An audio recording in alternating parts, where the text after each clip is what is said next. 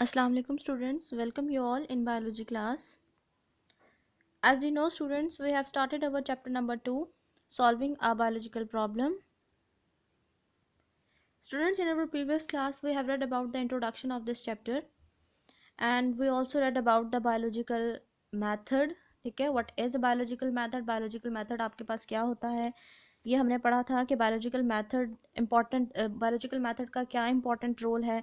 हम रिकॉल कर लेते हैं कि the scientific method in which biological problem are solved are known as the biological method. कि वो मेथड जिसमें साइंटिफिकली बायोलॉजिकल प्रॉब्लम्स को सॉल्व किया जाता है वो हमारे पास बायोलॉजिकल मेथड होता है. ठीक है, और इसके अलावा हमने स्टेप्स देखे थे सॉल्विंग अ बायोलॉजिकल प्रॉब्लम, और वहाँ से हम दोबारा यहाँ स्लाइड पर हम दोबारा इसको रिकॉल कर लेते हैं.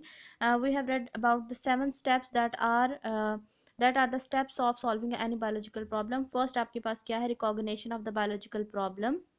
कि जब हमने किसी भी प्रॉब्लम को सॉल्व करना है तो सबसे पहले हमें उस प्रॉब्लम का पता होना चाहिए. सो साइंटिस्ट सबसे पहले क्या करते हैं, रिकॉग्नाइज करते हैं किसी भी बायोलॉजिकल प्रॉब्लम को. देन उसके बाद ऑब्जर्वेशन को हमने बहुत डिटेल में देखा था कि 5 सेंसेस के यूज से ऑब्जर्वेशंस ली जाती हैं. ऑब्जर्वेशंस 2 टाइप की हो सकती हैं, क्वालिटेटिव भी हो सकती हैं और क्वांटिटेटिव ऑब्जर्वेशंस भी हो सकती हैं. क्वालिटेटिव ऑब्जर्वेशंस हमने वो ऑब्जर्वेशंस पढ़ी थी जो कि हमारे पास जो है वो नॉट इनवेरिएबल होती हैं. ठीक है, रिकॉर्ड नहीं की जा सकती नंबर्स के अंदर. और इसके अलावा जो हमारे पास उसका रिवर्स जो क्वांटिटेटिव ऑब्जर्वेशन है वो इसका रिवर्स है. ठीक है, जो कि मेजरेबल भी होती हैं और जो कि काउंटेबल भी होती हैं, रिकॉर्ड भी की जा सकती हैं इन टर्म्स ऑफ नंबर्स. ठीक है, देन उसके बाद हमने हाइपोथेसिस फॉर्मुलेशन है next step in solving a biological problem. Hypothesis के बाद deduction, then experimentation, then summarization of results and reporting of result.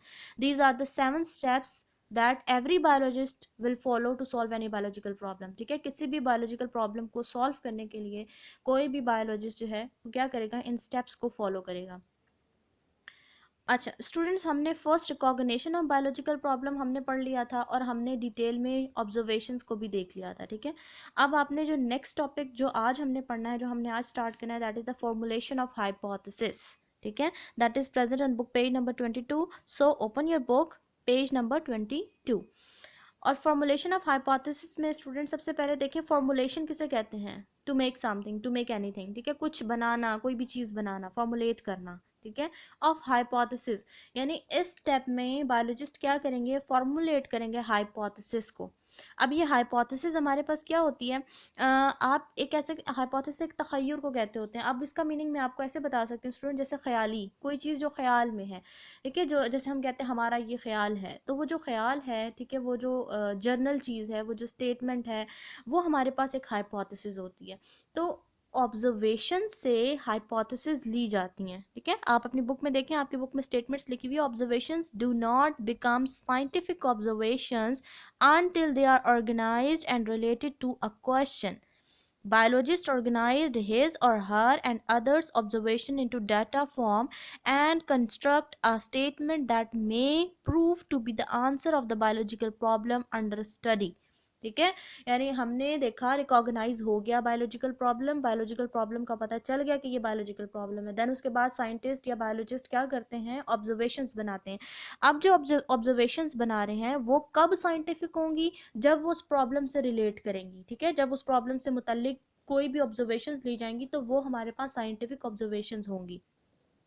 अब बायोलॉजिस्ट क्या करेगा, ऑर्गेनाइज, अब वो उन तमाम ऑब्जर्वेशंस को हमने पढ़ा था कि जो प्रॉब्लम है वो प्रॉब्लम बायोलॉजिस्ट के माइंड में खुद भी आ सकती है और उससे कोई पूछ भी सकता है, दोनों वे से आ सकते हैं. ठीक है, प्रॉब्लम जनरेट हो सकता है. तो जो बायोलॉजिस्ट के पास जितना भी डाटा होगा वो उस तमाम डाटा को ऑर्गेनाइज करते हैं. ऑर्गेनाइज करके उसके बाद उन ऑब्जर्वेशंस को अपने पास रख लेते हैं that are related to the question that is under study. जिस जो प्रॉब्लम है उस प्रॉब्लम से रिलेटेड जो ऑब्जर्वेशंस होंगी उन ऑब्जर्वेशंस को क्या कर लिया जाएगा, असेंबल्ड कर लिया जाएगा, ऑर्गेनाइज्ड कर लिया जाएगा. This tentative explanation of observation is called hypothesis. Highlight this statement, it may be defined as a proposition that might be true.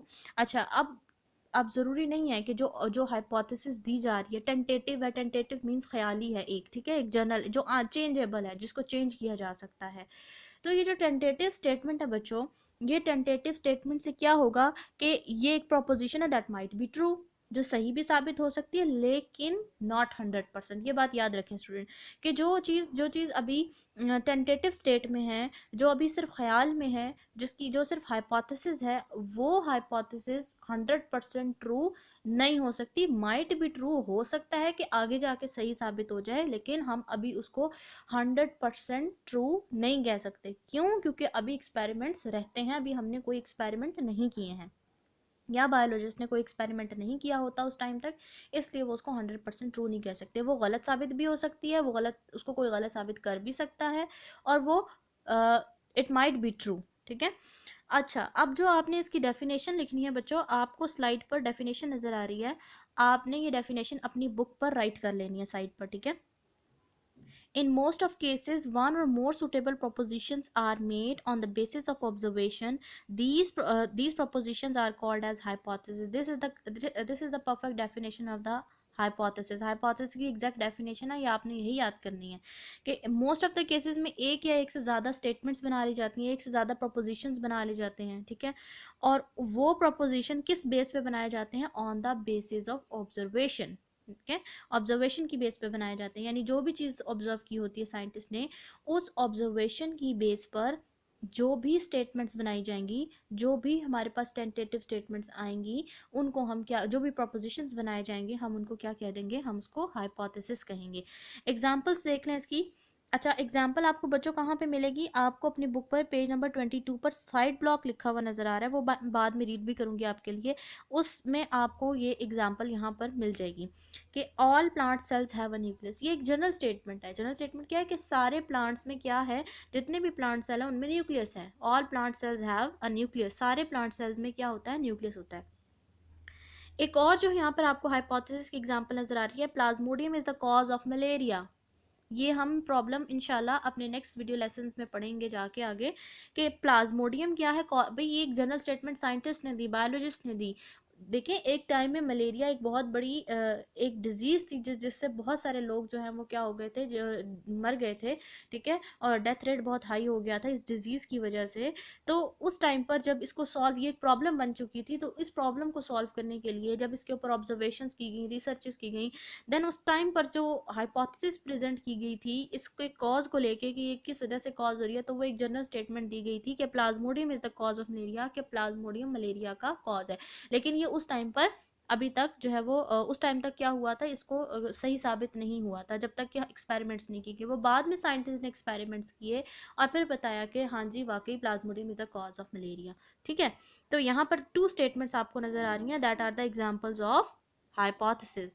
अब क्वेश्चन ये आता है कि अगर आपको क्वेश्चन आता है लिखने के लिए डिफाइन हाइपोथेसिस, ठीक है, तो डिफाइन हाइपोथेसिस में आपने डेफिनेशन विद एग्जांपल्स लिखनी। एग्जांपल लिखने का कहा जाए या ना कहा जाए, आपने डेफिनेशन के साथ एग्जांपल मस्ट देनी होती है। ठीक है। नेक्स्ट आ जाते हैं जी फॉर्मुलेशन ऑफ हाइपोथेसिस में। आगे हम क्या पढ़ेंगे? Characteristic of hypothesis. ये क्वेश्चन भी बहुत इंपॉर्टेंट है कि आपसे पूछा जा सकता है कि what are the characteristics of good hypothesis, कि जो गुड हाइपोथेसिस है, एक अच्छी hypothesis that are presented by the biologist, तो कौन कौन सी कैरेक्टरिस्टिक, गुड कैरेक्टरिस्टिक्स कौन सी होनी चाहिए हाइपोथेसिस में कि हम उसको कहेंगे कि एक अच्छी हाइपोथेसिस है, इसको लेके आगे चलना चाहिए। ठीक है। तो कैरेक्टरिस्टिक क्या है? It should be a general statement. सबसे पहली बात, ये एक जनरल, एक आम स्टेटमेंट होनी चाहिए। It should be a tentative idea. मैंने टेंटेटिव का मीनिंग अभी आपको बताया कि जो सिर्फ ख्याली हो, जो चेंजेबल हो, जिसको चेंज किया जा सके। ठीक है। तो it should be a tentative idea. ठीक है। It should agree with available observations. ठीक है। एग्री होने चाहिए अवेलेबल ऑब्जर्वेशन के साथ, यानी जो ऑब्जर्वेशंस ली गई हैं उन ऑब्जर्वेशन से रिलेट करना चाहिए। ऐसा नहीं होना चाहिए कि आपने ऑब्जर्वेशन कुछ और किया है और आपने स्टेटमेंट कुछ और बनाई। या बायोलॉजिस्ट ने किसी चीज़ को ऑब्जर्व किया है और उनकी जो ऑब्जर्वेशन है, उन ऑब्जर्वेशंस, जो उनकी ऑब्जर्वेशन हैं, वो उस हाइपोथेसिस की स्टेटमेंट से रिलेट नहीं करते हैं, वो किसी और चीज़ के बारे में बात करें जो उन्होंने नहीं देखा, जो उन्होंने ऑब्जर्व नहीं किया है। ठीक है। तो यानी कि जो ऑब्जर्वेशंस हैं वो और जो हाइपोथेसिस है वो ऑब्जर्वेशन के साथ रिलेट करनी चाहिए। ठीक है। एग्री होनी चाहिए। It should be kept as simple as possible. फिर उस ऑब्जर्वेशंस को इतना सिंपल रखा जाए कि वो समझना आसान हो। जितना सिंपल उसको रखा जा सकता है, उस स्टेटमेंट को उतना सादा बनाना चाहिए। ठीक है। It should B testable. और स्टेटमेंट ऐसी होनी चाहिए जिस पर टेस्ट किए जा सकें, ठीक है, जिस पर एक्सपेरिमेंट्स किए जा सकें, जिसको बाद में प्रूफ डिसप्रूव करने के लिए हम तजर्बे कर सकें, ठीक है। And potentially falsifiable. In other words, there should be a way to show hypothesis is false, a way to disprove hypothesis. इसके साथ साथ hypothesis ऐसी होनी चाहिए कि जिसको जिसको हम गलत भी कह सकते हो, जो हम एक्सपेरिमेंट करके उसको डिसप्रूव भी कर सकते हैं, ठीक है। तो बेटा दो ही सिचुएशन होंगी कि अगर तो हाइपोथेसिस प्रूव हो जाती है तो उस पर आगे एक्सपेरिमेंट के ज़रिए प्रूव हो जाती है तो उसके ऊपर आगे वर्क किया जाएगा।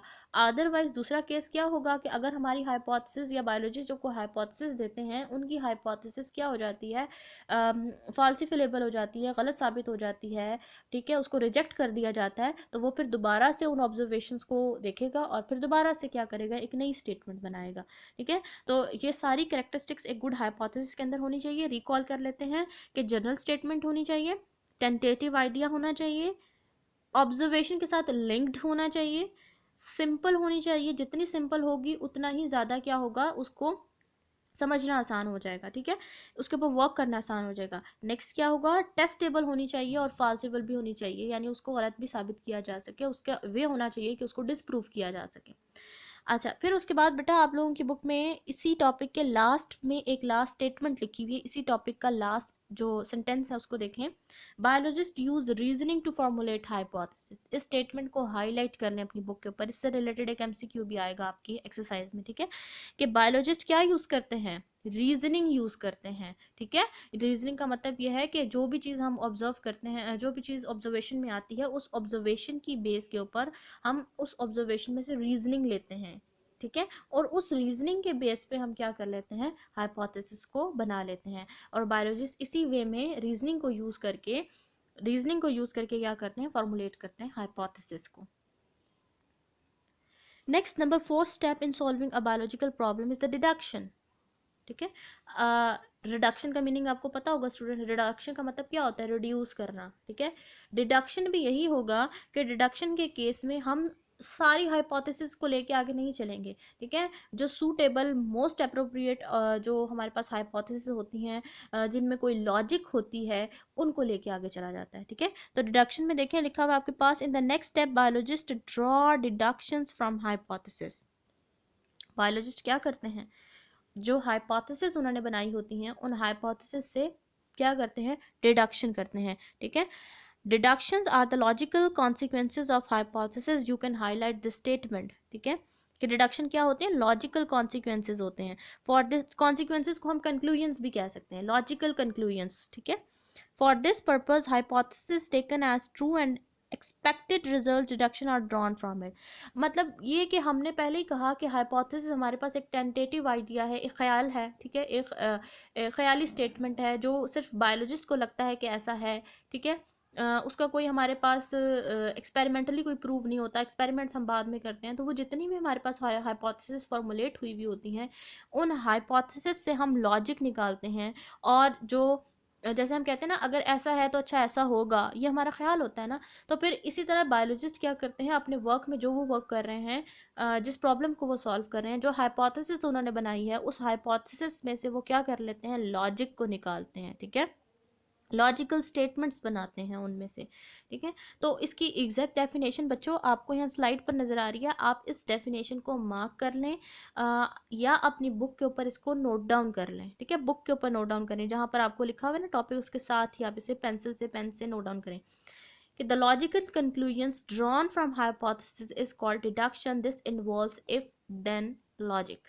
कि जो लॉजिकल कंक्लूजन्स हैं वो ड्रॉन किए जाते हैं कहाँ से, हाइपोथेसिस से, जो हाइपोथेसिस बना ली गई हैं by the scientist, biologist, general statement, tentative ideas, ठीक है, उन आइडियाज़ में से लॉजिक कंक्लूजन्स निकाल लिए जाते हैं, लॉजिकल कंक्लूजन्स निकाल लेते हैं। और इसमें most important thing if and then की स्टेटमेंट आ जाती है कि अगर ऐसा हुआ था तो फिर ये होना चाहिए। तो ये जो अगर और फिर आ जाता है ना, इसको हम कहते हैं इफ़ एंड देन लॉजिक, ठीक है। अच्छा, हमने पीछे अभी जो पिछली प्रीवियस स्लाइड थी उसमें हमने हाइपोथेसिस की एग्जांपल देखी, ठीक है, और हाइपोथेसिस की एग्जांपल में हमने क्या पढ़ा था कि all plant cells have a nucleus. ये हमारी एक जनरल स्टेटमेंट थी जो चेंजेबल भी है, जो एक जनरल स्टेटमेंट भी है, एक टेंटेटिव आइडिया भी है, ठीक है। तो अब बायोलॉजिस्ट ने अगर वो इस मसले पे काम कर रहे हैं, इस प्रॉब्लम को लेके वो चल रहे हैं, तो वो इसमें से डिडक्शन बनाएंगे। डिडक्शन क्या होती है? लॉजिकल कंक्लूजन होता है फ्रॉम द हाइपोथेसिस, ठीक है। तो अब ये लॉजिकल कंक्लूजन, इसको हम लॉजिक में कैसे चेंज कर सकते हैं कि if I examine cells from a blade of grass then each one will have a nucleus. अब यहाँ पर बायोलॉजिस्ट ने इफ एंड देन की लॉजिक लगा दी कि अगर if I examine cells from the blade of grass, यानी ग्रास के, अगर आप उसको सिंपल कहें कि ग्रास के लीफ में से, ब्लेड में से अगर हम उसके सेल्स को एग्जामिन करें तो उस क्या है, then each one will have a nucleus, हर एक सेल में न्यूक्लियस होगा, ठीक है। तो ये इफ और देन की स्टेटमेंट है और ये हाइपोथेसिस से ली गई है, ठीक है। हाइपोथेसिस हमारे पास था कि सारे सेल्स में न्यूक्लियस होता है प्लांट के, तो अब यहाँ पर स्टेटमेंट आ गई है लॉजिक की फॉर्म में कि if I examine cells from the blade of grass then each one will have a nucleus. इसके साथ हमने एक और स्टेटमेंट में, एक और हमने जनरल स्टेटमेंट प्रीवियसली पढ़ी थी एग्जाम्पल ऑफ हाइपोथेसिस में कि Plasmodium is the cause of malaria. तो अब इसमें से हम लॉजिकल कंक्लूजन कैसे बना कि if plasmodium is the cause of malaria then all person ill with malaria should have plasmodium in their blood, कि अगर प्लाज्मोडियम मलेरिया का कॉज है तो फिर वो जितने लोग जिनको मलेरिया हुआ है तो फिर उनके ब्लड में भी प्लाज्मोडियम एग्जिस्ट करना चाहिए। समझ आ रही है आपको बात स्टूडेंट्स? ठीक है, कि लॉजिक हमने निकाली है, इफ और देन की स्टेटमेंट आ गई है, अगर और फिर वाली स्टेटमेंट है, तो ऐसी स्टेटमेंट जिसमें लॉजिक की बेस पर बात हो और these logical conclusions are drawn from the hypothesis then it will be known as the deduction. इसको हम क्या कहेंगे, क्या कहलाएगी ये? डिडक्शन कहलाएगी। ये स्टेटमेंट पर डिडक्शन हो जाएगी। फिर है generally in biological method if a particular hypothesis is true then one should accept deduction a certain result, कि अगर हम हाइपोथेसिस ली गई, हाइपोथेसिस में डिडक्शन बना लिया गया, तो अब आगे जाके डिडक्शन को लेकर ही आगे फर्दर स्टेप्स होंगे और आगे जाके फर्दर इसके ऊपर क्या किया जाएगा, एक्सपेरिमेंट्स किए जाएंगे टू प्रूव द हाइपोथेसिस, ठीक है। अच्छा, ये तो स्टूडेंट्स आप लोगों का डिडक्शन का टॉपिक था। आगे लिखा हुआ है ये biologist drawn deduction from hypothesis, deduction और logical consequences from hypothesis, for this purpose hypothesis taken as true and expected result deduction are drawn from it. ये तीनों स्टेटमेंट्स आपकी बुक पर मेंशन है और मैंने इसको भी डिस्कस भी कर लिया आप लोगों के साथ, ठीक है। अच्छा, नेक्स्ट फिर स्टूडेंट्स आप लोगों की आ जाती है डायरी। डायरी में आप लोगों ने क्या करना है, रीड करना है बुक पेज नंबर 22, जो दोनों टॉपिक्स आज आपने पढ़े हैं, जिसमें आपके पास फॉर्मुलेशन ऑफ हाइपोथेसिस और डिडक्शन, ठीक है। इसमें इन दोनों टॉपिक को आपने अच्छे तरीके से रीड आउट करना है।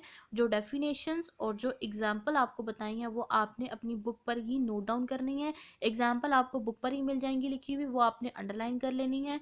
डेफिनेशंस आपने प्रॉपर तरीके से इसको नोट डाउन कर लेना है अपनी बुक्स के ऊपर ही, ठीक है। टॉपिक्स फॉर लर्निंग, जो आपने टॉपिक्स याद करने होंगे प्रॉपर तरीके से, वो हाइपोथेसिस और डिडक्शन है। ये दोनों टॉपिक्स आपने अच्छे तरीके से याद करने, लर्न करना है इनको अच्छे तरीके से। डेफिनेशंस को बहुत प्रॉपरली याद किया करें, एग्जैक्ट डेफिनेशंस याद किया करें, डेफिनेशन की स्टेटमेंट्स को मोल्ड ना किया करें।